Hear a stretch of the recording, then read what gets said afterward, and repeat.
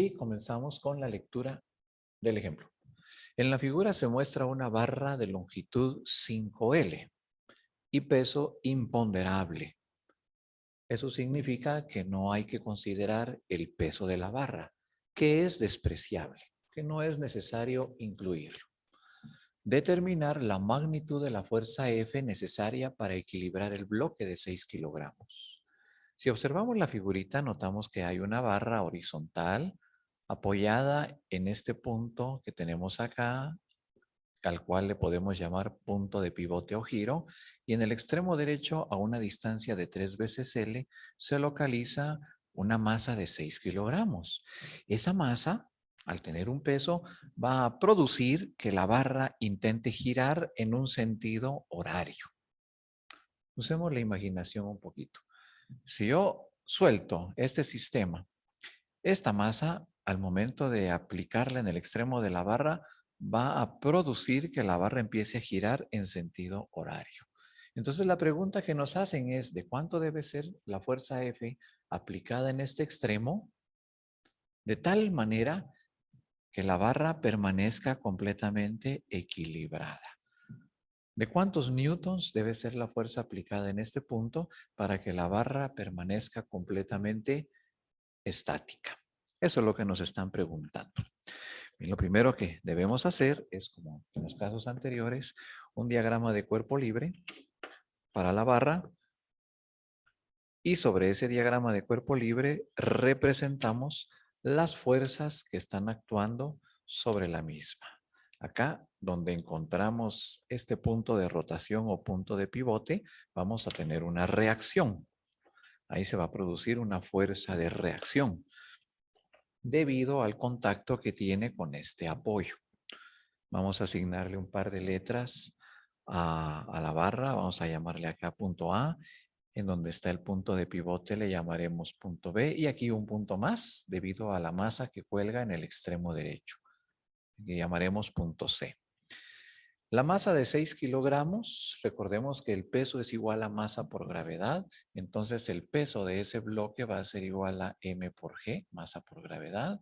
La masa es de 6 kilogramos y la gravedad la utilizamos en el curso como de 10 metros por segundo al cuadrado. 6 por 10 me da 60 newtons. Kilogramos combinado con metros sobre segundo al cuadrado da como resultado la unidad para fuerza llamada newtons. Entonces, ese es el peso provocado por el bloque de 6 kilogramos.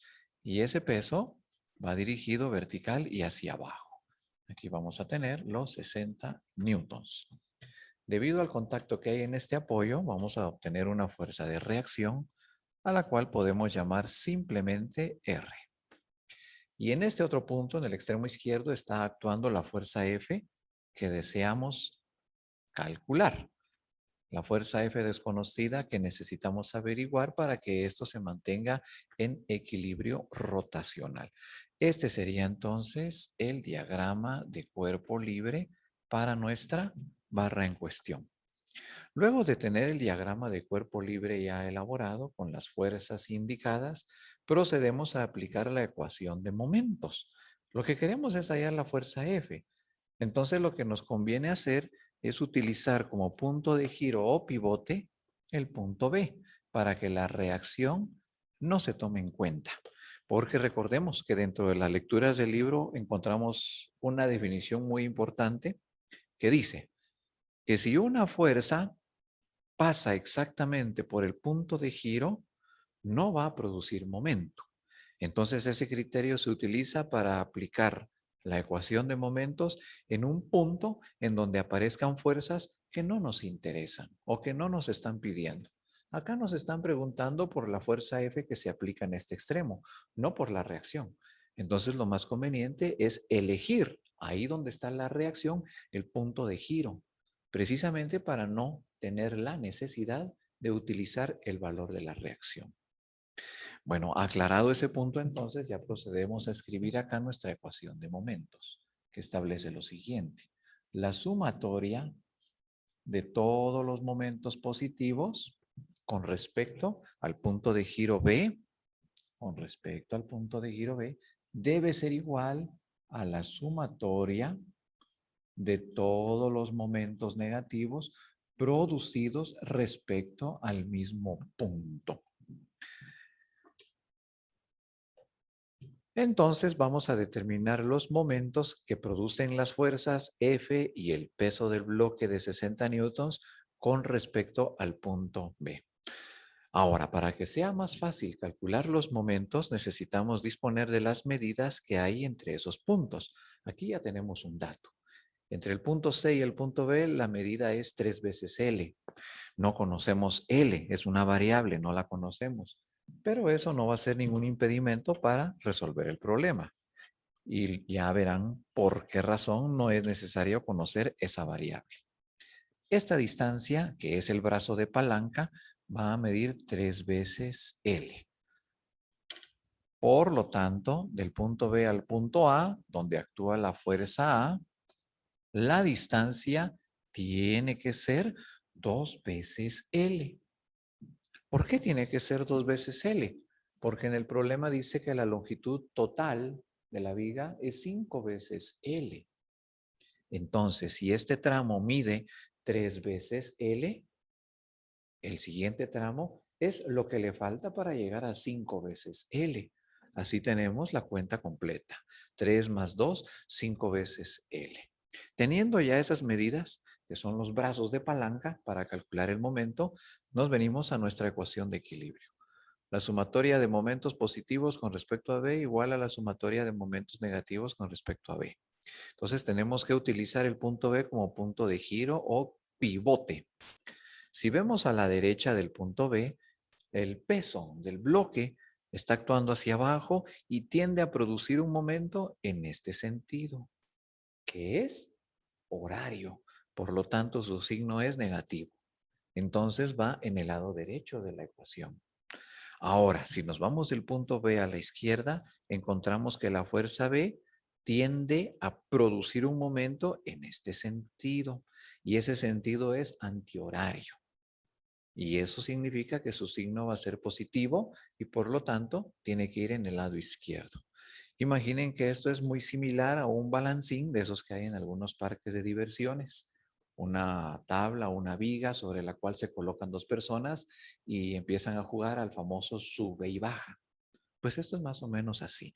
En este lado, debido a que la fuerza está dirigida hacia abajo con respecto a este punto, tiende a producir un giro horario, mientras que la otra fuerza, que también va para abajo, pero con respecto a este punto, tiende a producir un giro en el sentido contrario.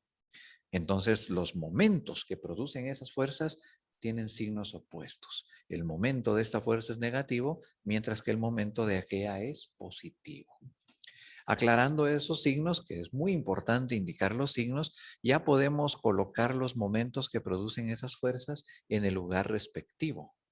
En la parte izquierda de la ecuación van los momentos positivos. Entonces yo debo escribir el momento de la fuerza F en este lado. El momento de la fuerza F es fuerza por distancia o fuerza por brazo de palanca. La fuerza es F desconocida, es lo que queremos averiguar. Por el brazo de palanca es 2 veces L. 2 veces L. Ahí está el momento. Fuerza por brazo de palanca. Fuerza por brazo de palanca. Insisto, para que no olvidemos cómo es el concepto de momento.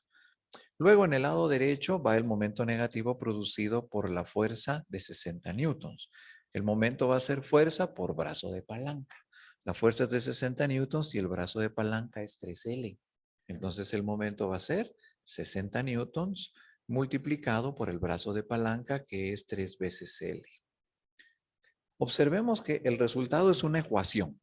Una ecuación generalmente sencilla, son las que se obtienen a partir de la aplicación de esta ecuación. Se obtiene una ecuación lineal muy sencilla en donde nosotros podemos averiguar F porque es la única incógnita. Aunque está la L, noten que sucede algo muy curioso. Al tener la L en el lado izquierdo y la misma L en el lado derecho, estas se pueden cancelar. Las leyes algebraicas me lo permiten. Si yo tengo dos elementos repetidos en ambos lados de una ecuación, se puede prescindir de ellos. Por ejemplo, si yo escribo AB y esto lo hago igual a C por B, entonces notamos que la literal B aparece en ambos lados de la ecuación. Por lo tanto, podemos prescindir de ella. O como se dice comúnmente, la podemos cancelar. Y entonces mi ecuación se reduce a esto. F por 2 es igual a 60 multiplicado por 3. Y como pueden ver, ahora me queda una ecuación mucho más simple. 2 multiplica a F, 2 pasa al otro lado a dividir. Por lo tanto, F va a ser igual a 60 multiplicado por 3 y dividido entre 2, lo cual ahora sugiere tomar una calculadora y simplificar la aritmética. Pero si no, lo podemos hacer sin la calculadora, ya que las operaciones son bastante sencillas. Si primero dividimos 60 entre 2 es más fácil. 60 dividido entre 2 me da 30.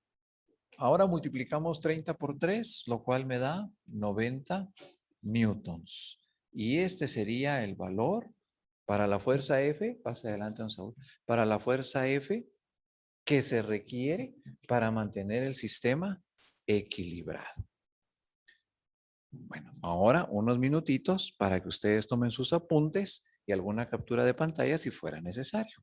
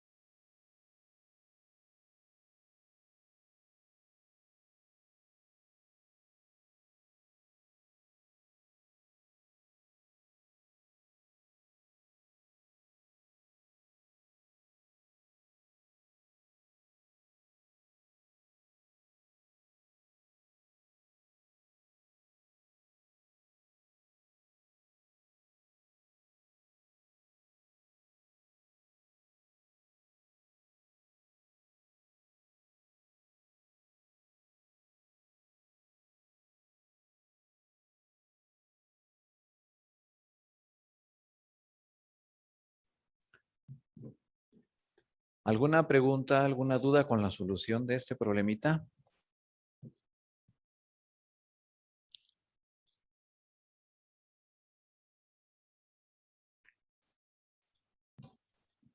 Bueno, vamos entonces ahora a pasar nuestra segunda ronda de asistencia.